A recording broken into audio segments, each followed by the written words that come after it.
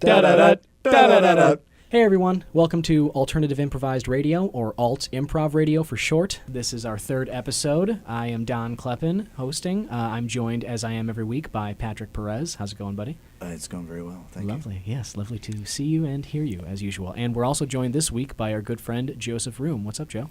How are you, Don? Very well. Good seeing you, my friend. Thanks for coming down. Absolutely, thanks for having me. We've got 6 topics that we've decided we're going to rifle through today, and thanks so much for listening. And seeing as, we got a limited time here, might as well get this show started. What do you say, boys? Let's do it. Do it. Here we go.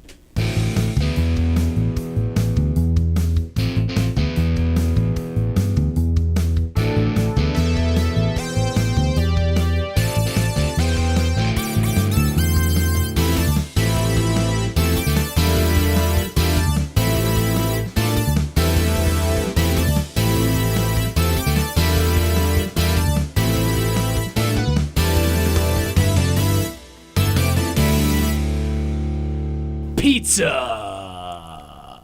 So let's talk about Chicago style versus New York style, because I've come across this controversy recently in my explorations on the internet.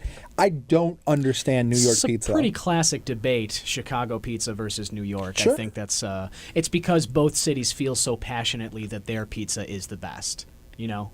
And I guess I'm biased because I don't understand New York pizza. I don't folding either. it. I've never had it. I've never even had it. Never had a desire to have it, but I've watched people eat it. I've seen what the appeal is, but it's just a giant slice that you fold over and eat, kind of like a taco. Looks like calzone, but not. I will say that while there is I'll slightly play devil's advocate in this, that there is a place for New York pizza. It's its own unique take on the way to eat it. Uh-huh. However, the one thing is that New York style pizza is a slice of pizza, whereas Chicago style deep dish pizza is a meal. It's a pie. It's a meal. It's you're sitting there with a fork and a knife and you're eating a meal. It's dinner. It's not like, oh, I'll just have a slice of pizza and then run off to my next thing. It's like, no, you're gonna it's an event. Have it's the an ordeal. itis after you're done eating. Oh yeah. Enjoy the conversation. Absolutely. It's more of the event of sitting down to dinner. And that besides, and I'm sorry, but anyone who's had it, all you have to say to me is Pequod. And Pequod. I'm yours. I was about to say, absolutely. I mean, number one. I just don't care. I'm sorry, I don't care what New York has to offer. That Pequod crust is just to die for. It's the caramelized. Oh, it's so good. It's a matter of taste. I've heard people that actually absolutely hate the caramelized crust. I know. It's true. But personally, and I love when people say that, especially right off the top of a conversation, because then I know I can just disregard everything else that they say because their opinions are totally invalid. Do not matter because they do not enjoy Pequod. Oh, I see. You're one of those idiots. Oh, okay, great. Gotcha. Well, tell me more about how the moon landing was fake and about how Bush, orchestrated 9/11. You dick. Man. New Chicago coaches.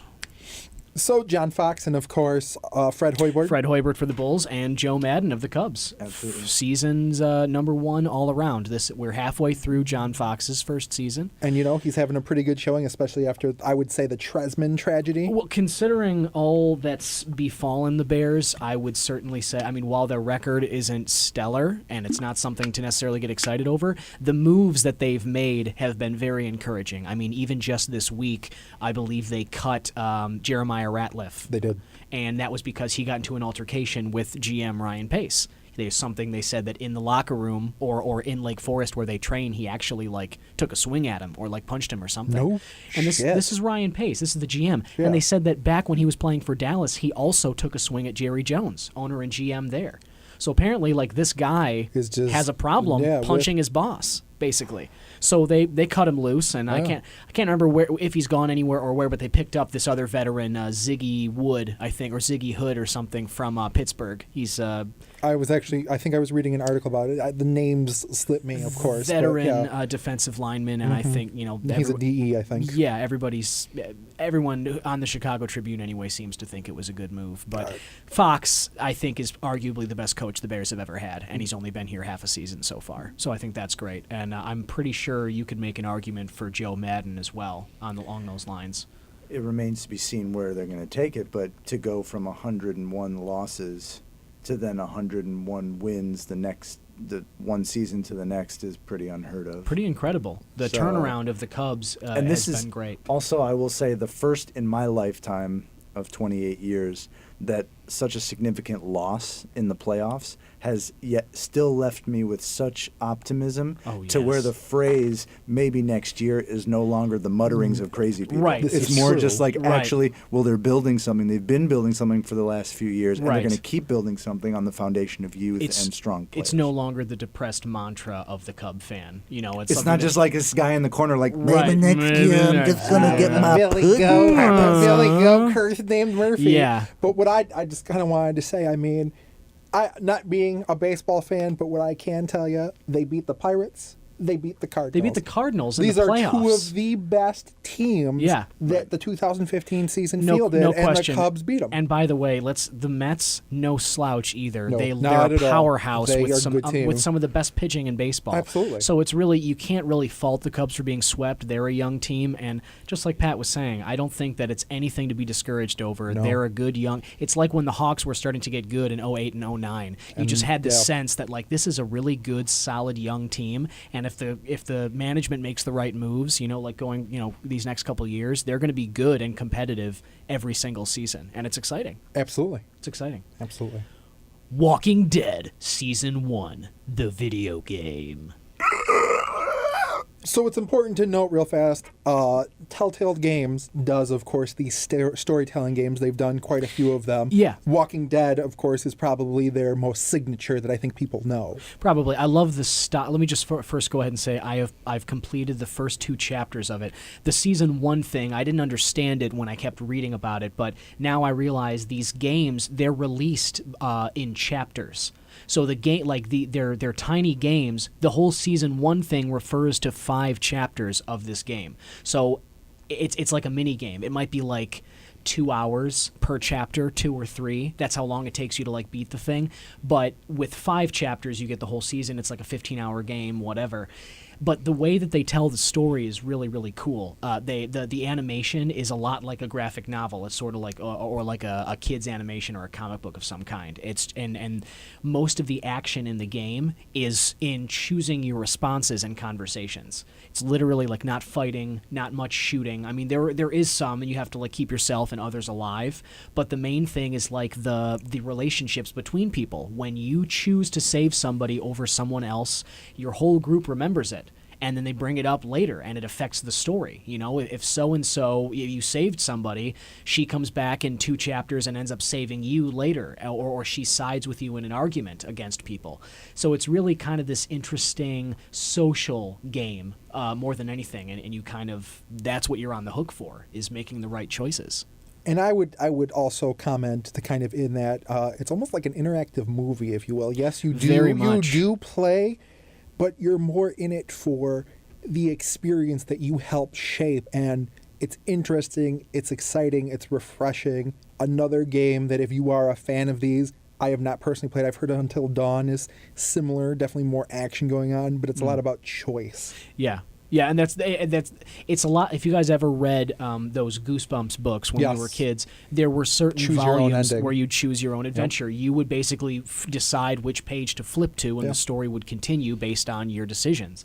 That's what this game is like. You get to an ending based upon the choices you make, and it's changed, you know, based on something, a question that Sure. you answered earlier Absolutely. on. It's cool. choices, how it affects the outcome. And I really enjoy it. And as you said, the whole interactive movie or interactive TV thing, that's exactly how I feel about it. Most of the game is actually somewhat of a cutscene, and these interactions between the voice actors and the characters on screen. So the majority of it, you end up kind of sitting back, and it feels like you're watching an episode more than actually playing a game. But it's more than that because you're also engaged in it. You're making the choices that are directly affecting the plot. So it's like an interactive TV show, and it's very, very cool. Exercise. Got to do it. You know, Better. I recently started up again. I went on like a month hiatus. I kind of went to the ground. I started up again, and the biggest thing for me is getting started, because once I'm at the gym, I go. Yeah. Like I don't have a problem running for an hour. I like to run. I like to lift. But getting yourself But there's just the problem. getting the motivation Yeah. to get myself there is it can be daunting sometimes. And you guys are both in better shape than I am. Let's be real here. We have different body styles. I'm also aware, but Yeah, but what- you've got that height, though. It's that what- sexy height. Oh, thanks, buddy. Appreciate it. Good looking out. But What do you guys do to kind of keep yourself going?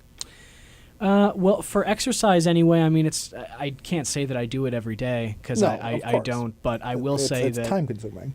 the motivation is that for a long time I did it to look good, or I did it, with some kind of like physical goal like that, whether I was pushing to do more pull-ups or to be faster at the mile or whatever it was, sort of just chasing goals. But now my goal, at least at the moment, like I'm not training to do anything more than maintain, but my goal now is I go because I know that if I don't, I will feel shittier. So I go because I like the endorphins. I like the way exercising makes me feel. It makes my head clearer. It makes me happier. It makes me just kind of feel at the end of the day that it was more productive and I enjoyed it more. And I know this about myself because I've taken enough breaks and felt crappy enough and made the connection enough times where I'm like, no, if I don't exercise, then I'm going to feel bad about it. So once I made that connection, even if I take and I do, I take, maybe I'll exercise 5 days out of the week, not 7, but I make sure that I don't ever take more than like 1 day in a row off. It's like I owe it, whether it's running or even little things. I mean, I'm sure, Pat, you know what I'm talking about, kettlebell exercises or burpees or just going for a run or a jog by your house. You don't necessarily need to go to the gym. It's just doing something to get your heart rate up. It also depends on goals. It's an exercise in goal setting, I believe.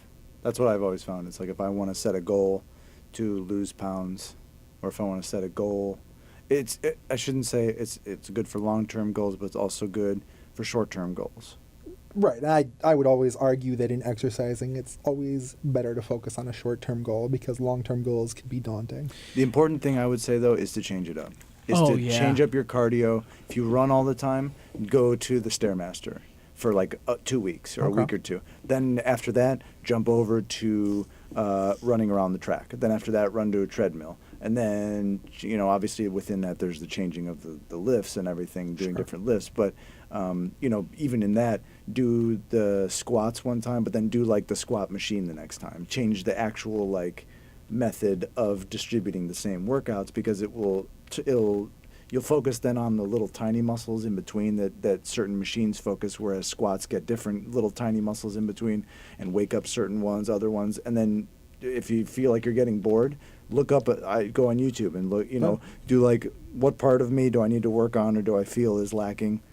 YouTube that workout and you'll find these random guys that are like super gym rats that are like, I do this exercise. And so I tried that for a week and then If you like it, incorporate it. Get you a little more motivated to change it up, and that's the important thing. Otherwise, you will get stagnant, and you will plateau, and then you'll lose interest. And not only does it keep it interesting when you change it up, but as Pat was saying, it's better for your body. Your human body will get used to anything you put it through. So if you're doing a rigorous exercise and you do the same one every week, the same routine every week for 15 weeks, your body does get used to it, and the results will not be the same. Eventually, you're going to plateau, and then you do get bored, and it's just not the same. So it's benefiting you doubly to keep your workout, to change it and keep it fresh and whatnot.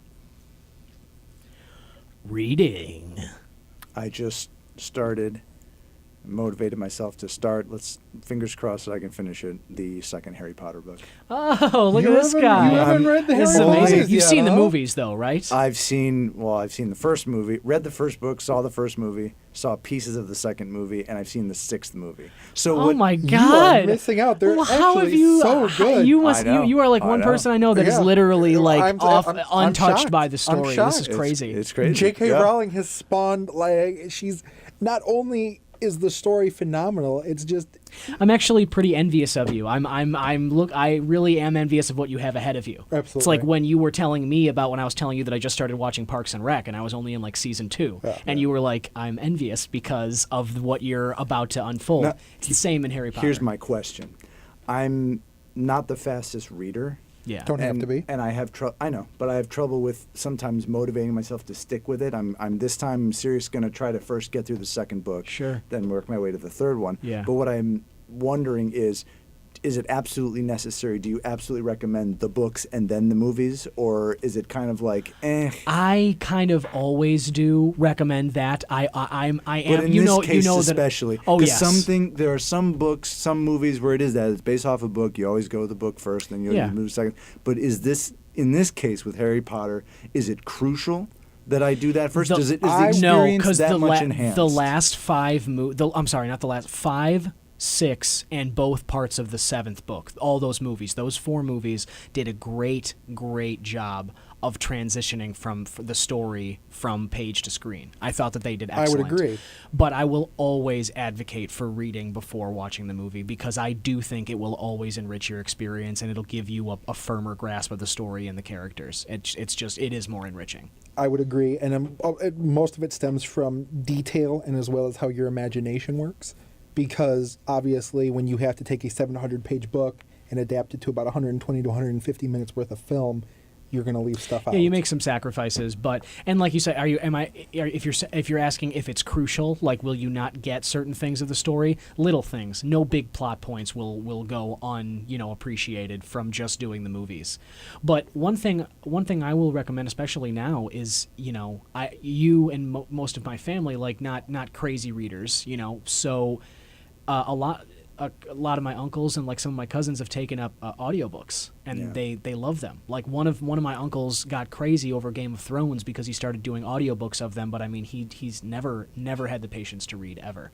But those, especially because like you got apps and you got Kindles, with our phones and stuff, you can get the audiobook and you can listen to it when you're driving around or when you're commuting or whatever it is. But that's another way to consume those stories that I think is totally worth it, especially because the big ones, they get great readers and those are great production pieces. It's entertaining.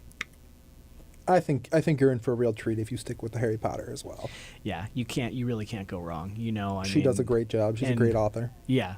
And it's still I still think extremely fondly of that story and of those books. I mean, some of the, obviously, the entire world's still obsessing over it, Yeah. But I mean, it's when was the last book written? Probably in what, like 2009, 2010, right in there, 2011 maybe. 2008, wow, if I'm not mistaken. Wow, and we're in 2015, and Harry Potter is still sweeping the world by storm. Actually, I think it may have been 05, if I'm not mistaken. The last book. I don't. The last honestly, book, 05 or 06, and the last movie just came out a couple years ago. But I did a story recently for Rivet where they were talking about a new short story that Harry Potter, that J.K. Rowling put on her website, and it had to do with some background into the Potter family and such and such.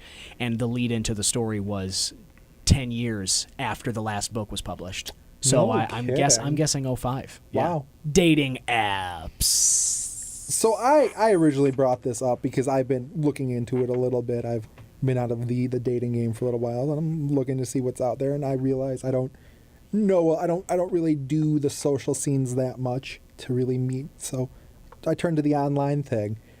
It's interesting, and it's weird, and it's sad, but it's also good. I have so many mixed emotions about it.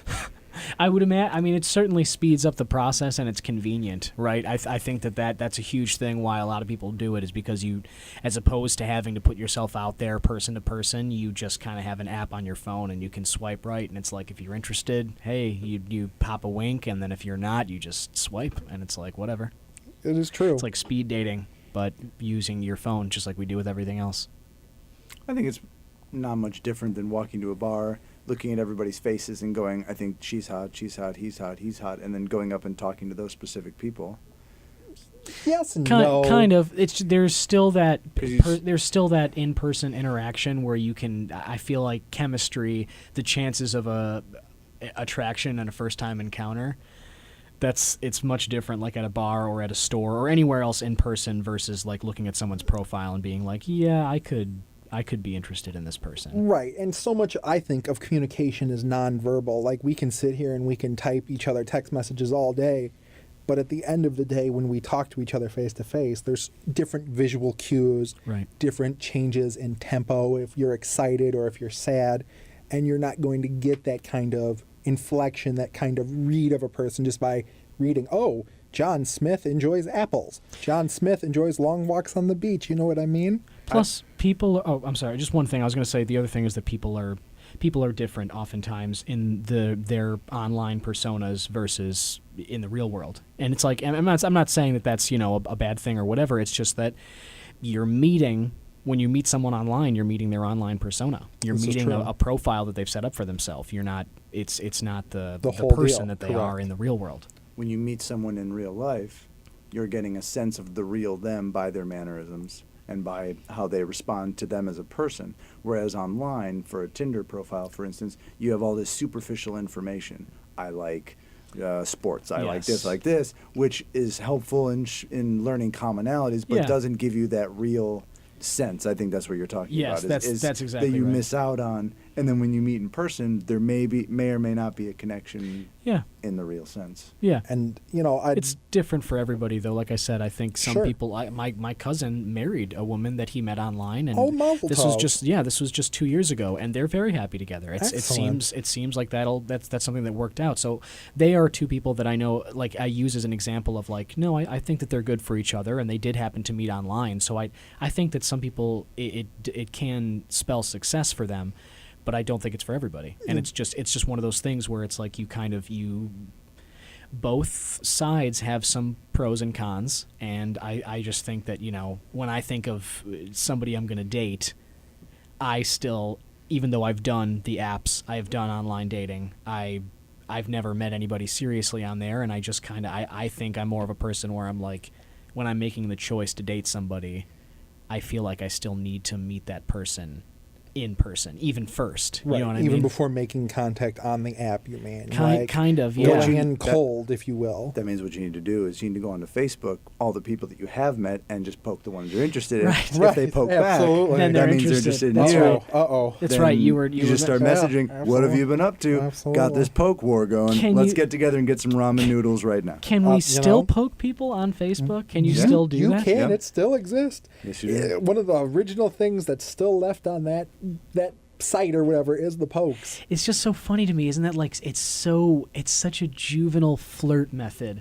and yet it's like it's something that it's literally how you keep it simple, it's how you stupid. flirt with somebody in first grade. That was what you do. You'd poke the girl in front of you. You'd poke her over and over again because it was just you like, wanted to get her attention. And I got no game. I got no lines to spit. I don't know what's going to make you interested. So all I'm doing is I think you're pretty and I'm poking you until you pay attention to me. Absolutely. And that's where Facebook's just like, let's go back to that. Like, why don't we just simplify this thing? And it's an interesting concept. It really is, because so much can be said in just a simple action as a poke.